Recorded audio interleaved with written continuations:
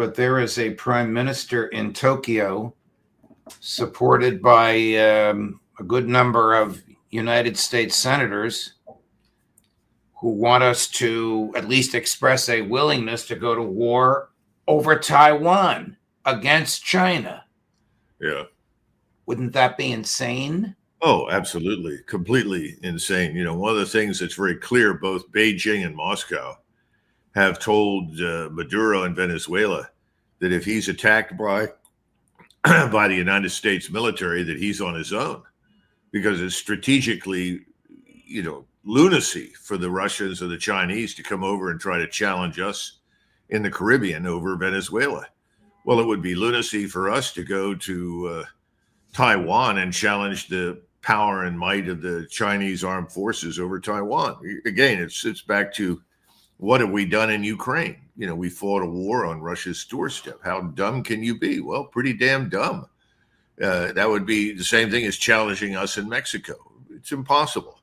So I think on one level, just from a strategic rationality perspective, it makes absolutely no sense. Now, what happened in Japan is interesting, because this prime minister represents what I would call conservative right of center interests in Japan. She has a lot of support because she is seen as leading Japan down a path that is the restoration in many ways of the Meiji system, the imperial system in Japan, the way that country's organized and run. And she has the backing of what I would call the imperial bureaucracy, the large standing bureaucracy in Japan that is ultimately loyal first and foremost to the emperor. She spoke out of turn, however, and they had to bring her back on side and make it very clear that Japan is not going to go to war with China, period, ever. They did that once. That was a huge waste of time. They're not going to repeat that folly. And so she's had to go out and recant and say, look, I misspoke, and we want good relations with China. They do. China's Japan's largest market, or if it isn't now, it will be soon. They don't want a war. The Chinese don't want a war with Japan. It's complete insanity. And I think the message that she is now sending at the behest of the bureaucracy that runs the country and the ruling class is, if the United States thinks that Japan is going to put itself at risk in a war with China that Japan does not need to fight, the Americans have lost their minds. And I think the Japanese increasingly, behind closed doors, would like us to leave, just as the Koreans would like us to leave, but they're too polite to tell us to get out. We get to your thoughts on Venezuela. I'd like you, if it's all right with you, to weigh in on the latest imbroglio involving Secretary of Defense Pete Hegseth.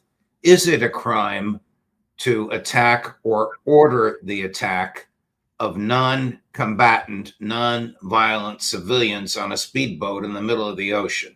Unless you have some sort of tangible, concrete evidence for their intent to commit an act of violence against your country, against your forces, against your ships, it doesn't make any sense. I mean, that's why we have something called the United States Coast Guard and law enforcement to deal with these kinds of ambiguous situations.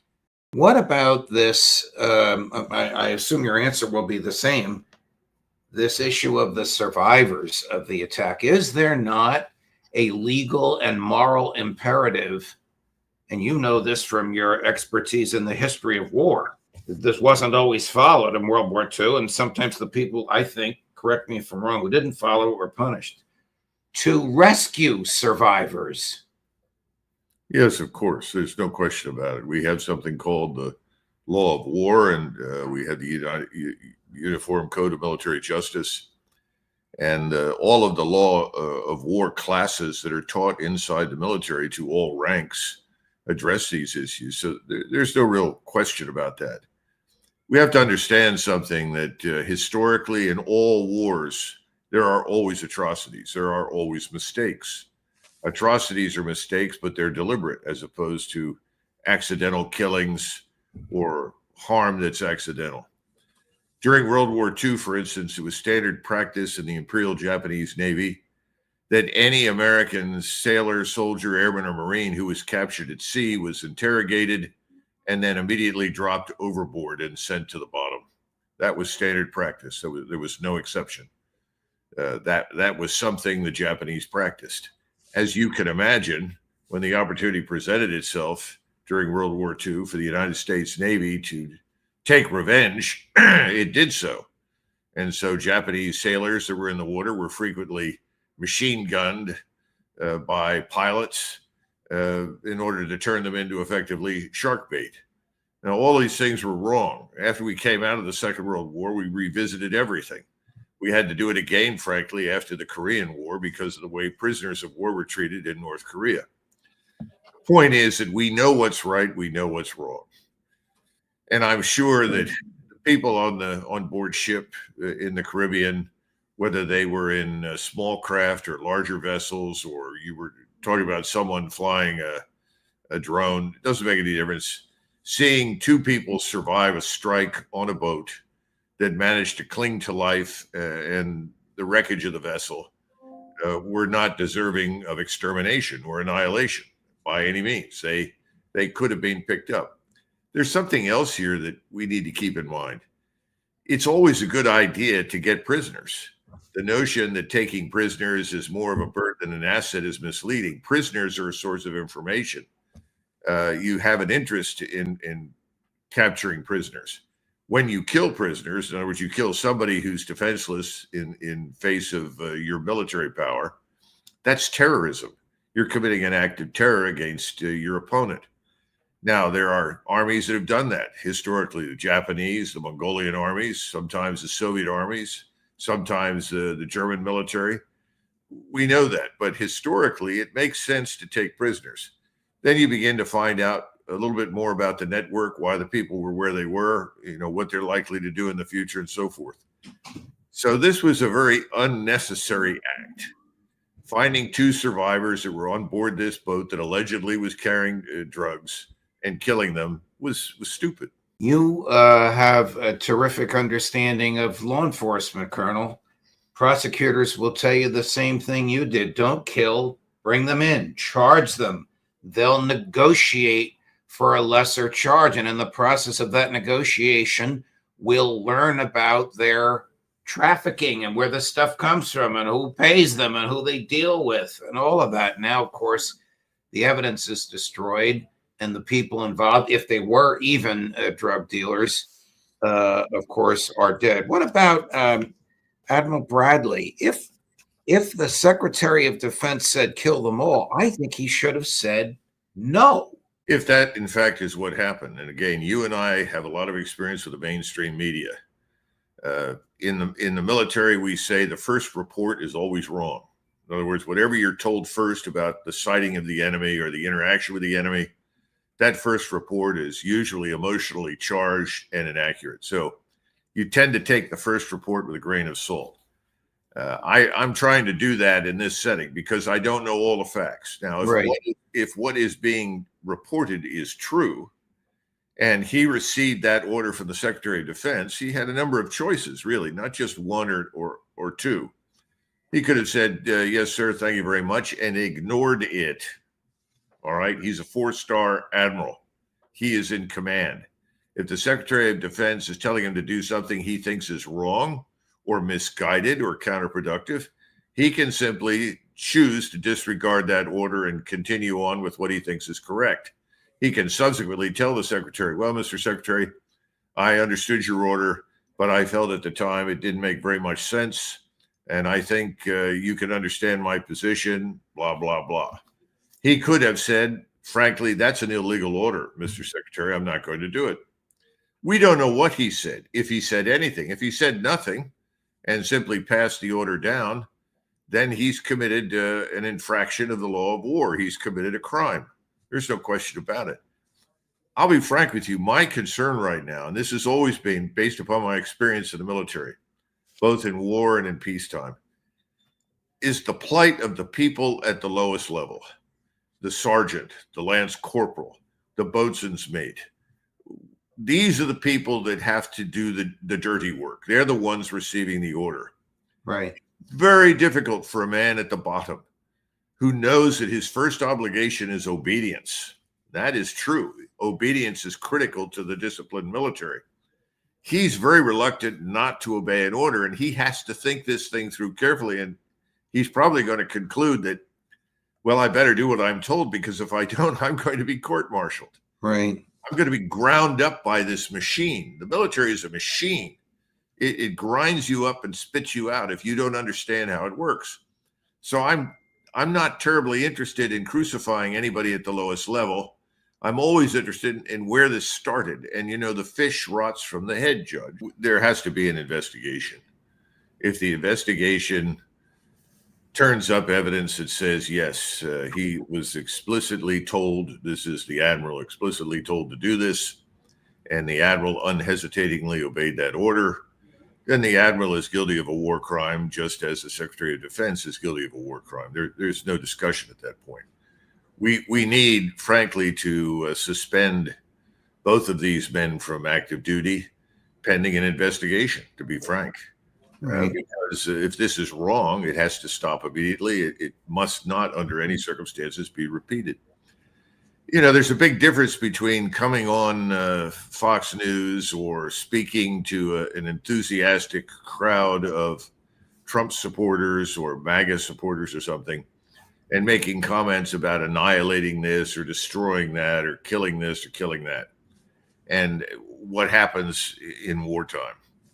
War is a very difficult thing to control. There's nothing, we talk about precision strike, and that's a real thing, but there's not that much in war that is truly precise. It involves thousands of people.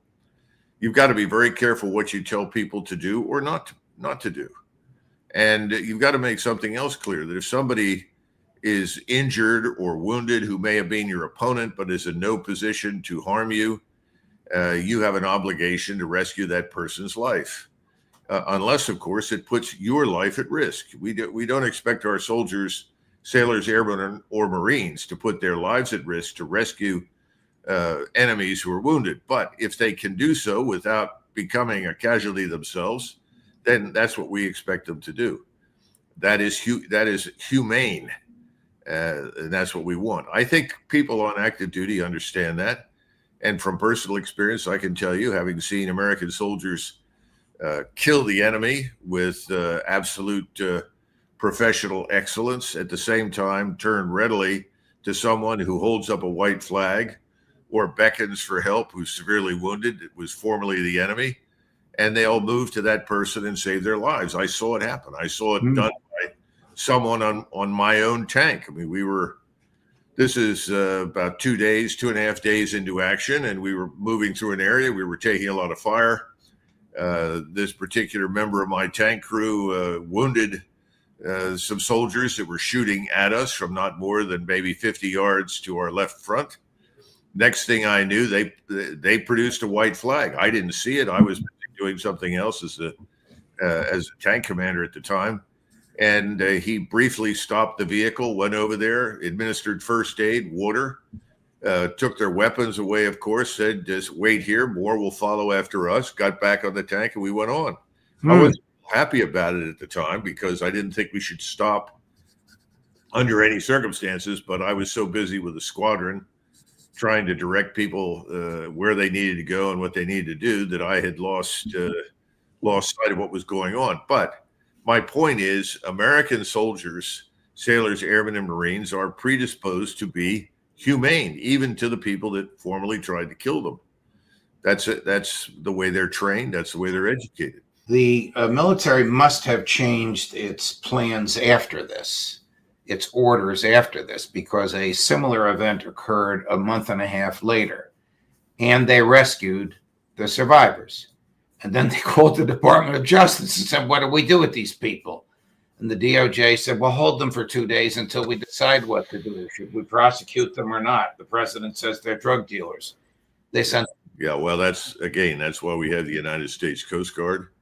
And this is always a problem when you commit the professional military to these kinds of police operations.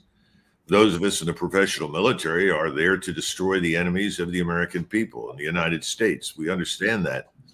But you do need a capability that is somewhere between us and the enemy, and that's usually a policing force. That's why the Coast Guard is so important. Can a country long exist as both an empire and a debtor. Yeah, that's that's a great line, and I love it because there's so much truth in it. Empires exist because the empire is designed to enrich the home country. If the empire is not enriching the home country, then it's a waste of money and therefore should be essentially abandoned. This was the problem that the British had. After World War One, the British were no longer extracting the same levels of profit and resource from its colonies as it once had. It began to make sense for the British and ultimately the French and others to bail on these colonies, to get out. But they didn't, because empires inevitably end up being mortgaged to vanity. I've heard it in the halls of Congress. I've listened to people say, our soldiers stand in every country in the world. Our soldiers are here. They're doing this. Our Navy is here. Well, all right. Well, why, Congressman? Why are they there? Well, it doesn't matter. As far as he's concerned, this is an expression of national power. But if the expression of national power is a dead end, it's costing you a lot of money and producing really nothing in terms of national security, then you ought to stop doing it. But it's very difficult to do that. And so over time, empires become debtor nations. By the time World War II ended, the debt to GDP ratio in Great Britain was 240%. When you hit 240%, you have to shed responsibilities, shed obligations. And so what did the British do? They left India. Trump administration is threatening Venezuela. And is there any bona fide, legitimate military reason to justify an attack or an invasion? Well, sadly, justifying the use of military power for any great power that wants to use it is not very difficult. It doesn't involve a careful analysis of whether or not it makes sense. It doesn't involve whether or not what happens in the country that you're interested in has any impact on you. You could argue that in 1965, there was absolutely no reason whatsoever for us to attack Vietnam, North Vietnam, or the Viet Cong. I mean, quite frankly, what happened there was not a vital strategic interest. But look, what did we do? We went in massively and spent 10 years, did a lot of damage, bankrupted ourselves in the process to the point where we had to go off the gold standard. And then we left. And what happened? Nothing.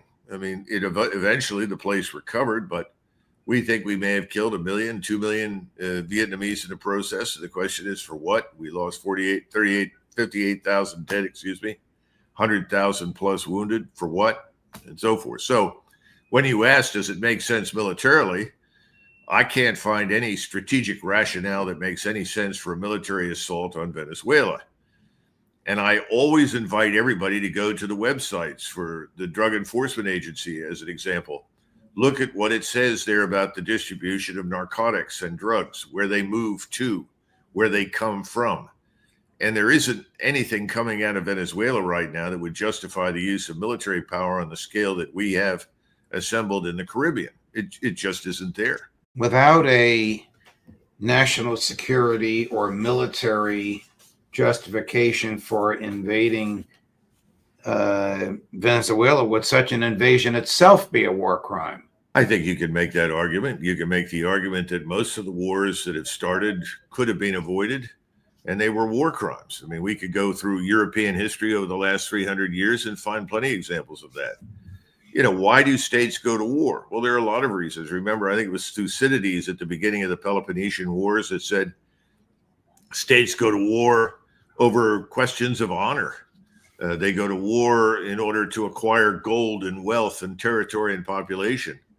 And they go to war because they feel threatened. I mean, it goes through and lists these things. Not much has changed since Thucydides enumerated those reasons. But the sad part is that, remember, no one at the top bothers to ask anyone at the bottom. They just do it. And then the people that are at the bottom, they're the ones that end up having to do the fighting and the dying. And at some point, they get tired of it, which is what happened to us in Vietnam, and they demand that we get out.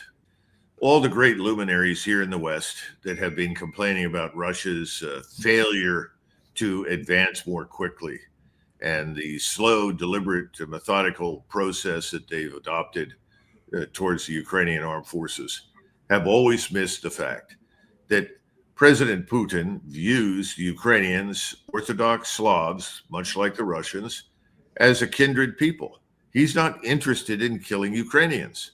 The Ukrainians have sacrificed themselves in enormous numbers by impaling themselves on a strategic defense they cannot defeat, at our behest, obviously. So the first thing is he's telling you, if we go to war with you, you are not Orthodox Slavs. We do not regard you as a kindred people. Then we will wage total war against you. And he's not kidding, and he's absolutely right. The next point that everybody needs to pay attention to is that Russia now, today, is in a state ready to go to full mobilization. They can bring up hundreds of thousands of more reservists, more soldiers, sailors, airmen, and Marines. They can go to a full war footing within hours. All of their production facilities can be operational. They can protect most of it with a much improved integrated air and missile defense network. The point is that Europe can't do any of that. It's astonishing when you listen to these retired British and American general officers who make the fatuous statement, oh, well, Europe, look at it. In terms of raw capability and size and power, it is so much more economic strength than Russia. Why is anybody hesitant about going to war with Russia? Well, all that economic strength doesn't amount to a hill of beans if you can't translate it quickly and immediately into effective military power. And Europe can't do that. It's not organized for that. It would take years to change that situation. And frankly, it's not necessary, but that's something that nobody wants to admit, that Russia has no aspirations to conquer Europe. Russia doesn't even want to move beyond the Dnieper River and deal with Ukrainians on the other side. When it acts, as it acts, it does so because it feels it's compelled to do so. I think the Russians will ultimately take Odessa. This recent stupidity of attacking tankers carrying Russian fuel, and the Ukrainians did this in the Black Sea, have convinced people in Moscow we have to seize Odessa. Otherwise, Odessa remains an open wound in the side of Russia, continues to be a place from which sustenance and military support come from. So we've got to go in and shut it down. So I think the Russians will go into Odessa and turn whatever is left of Ukraine into a landlocked country. We've got to figure out what's really happening. The truth is, number one, the war is won. Russia has won. If you want to stop the bleeding, if you want to have some sort of impact on how much further the Russians go in terms of absorbing territory, then sit down and admit that the war is over, that they've won, and hammer out some sort of solution. Because if you don't, this nonsense sponsored by MI6, the CIA, and Mossad in Kiev is going to continue. And as it continues, the Russians will move forward until they're confident that they have secured enough space, not just territory, but space, frankly, that allows them to feel secure as a nation. We should do this. President Trump understands this. That was something that I think both Witkoff and Kushner probably made very clear to President Trump. And President Trump also knows that we have more important issues to resolve with the Russians, everything from what we're going to do with Arctic exploration and trade routes and commercial interaction and businesses to a new modus vivendi in Europe regarding who has troops where and when and where they're going to train and so forth. I'm confident that President Trump has heard that. There are still people urging him to support this travesty in Kiev, but it's over, and he just needs to declare it over. And the Europeans, look at Berlin, look at London, look at Paris, look at the unrest in those countries. Those governments are on their last legs. They're over with. So we need to turn the page on Ukraine. We need some measure of stability and quiet there, and that could be achieved with a reasonable agreement with the Russians.